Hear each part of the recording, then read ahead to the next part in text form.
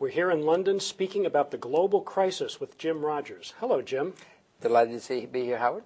Glad to have you. Jim, we're about a year at least into this global financial crisis. What do you see coming?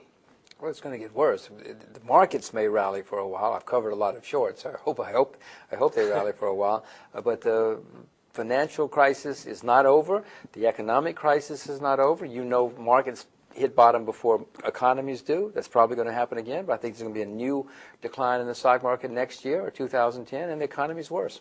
So why don't you think the crisis is over? What do you see ahead? More bankruptcies. I mean, people still use phony accounting.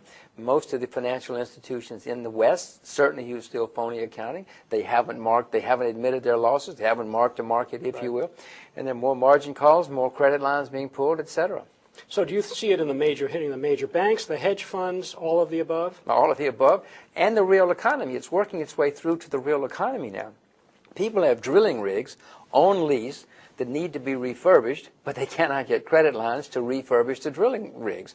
That's the real economy. Everybody knows that drilling rigs are necessary and they need them for the oil companies. Doesn't matter. So what about, we've seen unemployment rising rapidly in the U.S., the U.K., and countries going into negative GDP growth. How long do you see this recession continuing, and how deep do you think it'll get? Well, Howard, it's going to be the worst since the Second World War in the West, and if politicians keep making mistakes, it's going to be a very long and drawn-out affair. Remember, the Japanese called the 1990s the lost decade. We could well have a lost decade, too, if we keep these clowns in Washington keep making mistakes. What kind of mistakes do you think they're making? Well, they keep printing money. They keep propping up failed and failing companies, instead of letting people get washed out and letting the system start over. They hope that they can put on Band-Aids and everything will be okay, but we're talking about a cancer patient, Howard. We're not talking about an arm cut. So they should let major banks fail? Absolutely. They should have let everybody fail. But it should have, Greenspan was the one who started it all.